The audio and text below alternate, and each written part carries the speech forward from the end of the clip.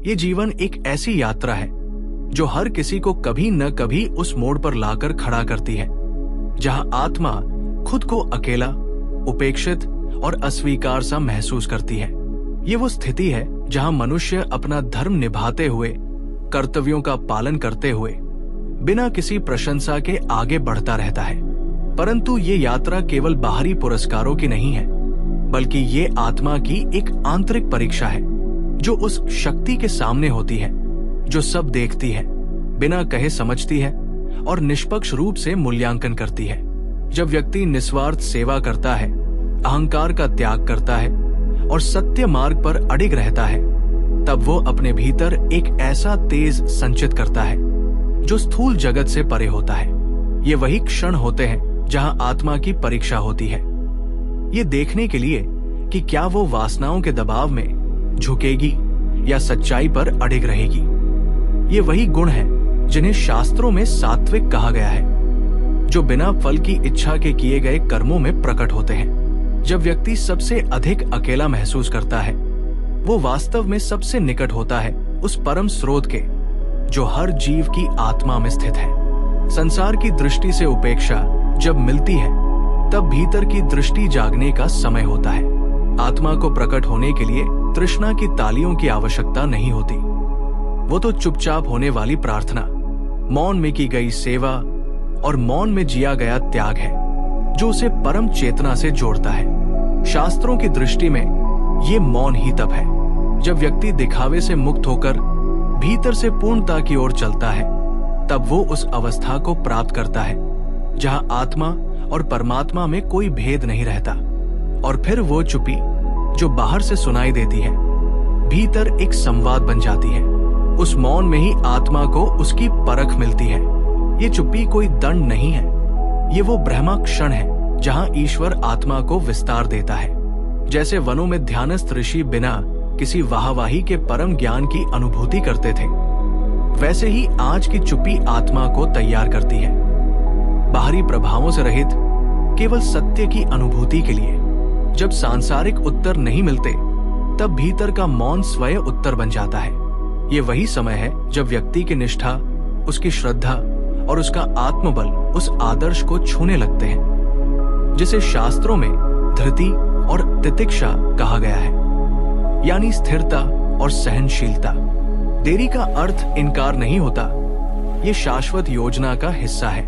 वेदों के अनुसार हर घटना काल के चक्र में उचित समय पर घटित होती है। ये प्रतीक्षा स्वयं में तप है जो आत्मा को तपाकर स्वर्ण जैसा निर्मल बनाती है। शीघ्र प्राप्त वस्तुएं स्थायित्व नहीं देती, पर जो फल समय के साथ पके हैं वे अमृत समान होते हैं। जिस रूपांतरण की प्रक्रिया आप झेल रहे होते हैं, वो उसी गहराई से आ रही होती है जिसमें आत्मा का विस्तार होता है, जहां धैर्य ही श्रद्धा का प्रमाण बनता है। देरी में भ्रमा का संकेत छुपा होता है कि अभी आत्मा तैयार नहीं, पर तैयार की जा रही है, ताकि जब समय आए वो केवल सफल न हो बल्कि समर्थ हो। और जब सब कुछ टूटता हुआ प्रतीत होता है, सपना, रिश्ता, अवसर, तब भी ये टूटन कोई क्षति नहीं है बल्कि आत्मा की पुनर्रचना है। शास्त्रों में स्पष्ट कहा गया है कि जब अहंकार टूटता है तभी ज्ञान का प्रवेश होता है। ये टूटना एक प्रक्रिया है, मोह को छोड़ने, ममता से मुक्त होने और उस अपरिवर्तनीय सत्य से जुड़ने की जो केवल ब्रह्मा है। जीवन की ये यात्रा यदि कभी विषादमय लगे तो याद रखना चाहिए कि ये विषाद आत्मा को विनम्रता की ओर और विनम्रता आत्मा को ब्रह्मा की ओर ले जाती है। वही टूटी हुई स्थिति, वही एकाकीपन, वही निराशा, यही वो बीज है जिनसे श्रद्धा, भक्ति और आत्मज्ञान के वृक्ष उगते हैं। इसलिए ये मत सोचो कि टूटना आपकी हार है। वो टूटन उस अपरिचित तेज का जन्म थी जो आपके भीतर संचित हो रहा था। वो असफलता आत्मा को उस रूप में गढ़ रही थी जो अब तक छुपा हुआ था। यही कारण है कि वेद कहते हैं नयति आत्मान सत्यम, यानी सत्य ही आत्मा को ले जाता है। अब जब आप पीछे मुड़कर देखते हैं तो समझ में आता है कि हर खामोशी, हर देरी, हर अस्वीकार सब एक गहरी योजना का हिस्सा था। और अब जब ये सब सहकर आप खड़े हैं, तब केवल इसलिए नहीं कि आप जीत गए, बल्कि इसलिए कि आपने समर्पण में शक्ति पाई। अब ये यात्रा केवल आशीर्वाद की नहीं रही, ये जिम्मेदारी की है।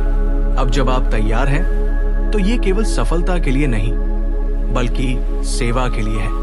आत्मा को उस भूमिका में प्रवेश करना है जहां वह दूसरों की यात्रा में दीपक बन सके। ठीक उसी प्रकार जैसे ऋषि मुनियों ने अपने जीवन को तप और सेवा में अर्पित किया। अब आपके घाव आपकी गवाही है कि आप गिरे, टूटे, लेकिन रुके नहीं। ये सच्ची आध्यात्मिकता है, जहां टूटन से सौंदर्य निकलता है, जहां देरी से स्थायित्व आता है और जहां चुप्पी में आत्मा परमात्मा से संवाद करती है। आपका ये संपूर्ण अनुभव व्यर्थ नहीं गया है। हर आंसू, हर चुप रहकर की गई प्रार्थना, हर अनदेखी मेहनत, सब कुछ देखा गया है। और अब समय है कि जो आपके भीतर चुपचाप विकसित हो रहा था, वो संसार के सामने प्रकट हो। लेकिन ये प्रकट होना प्रदर्शन नहीं है, ये उद्देश्य की पूर्ति है। ये वो समय है जब आत्मा को अपने रूप में खड़ा होना है, न अपने बल से, न अपने नाम के लिए, बल्कि उस एक की शक्ति और उस एक के उद्देश्य के लिए जिसने इस समस्त योजना को रचा। अब आप जानते हैं, आप कभी भी अनदेखे नहीं थे। आपकी चुप्पी अर्थपूर्ण थी, आपकी देरी योजना थी, आपकी टूटन सुंदरता थी। और अब जो आपका सत्य रूप भीतर बन रहा था, वो प्रकट होने को तैयार है।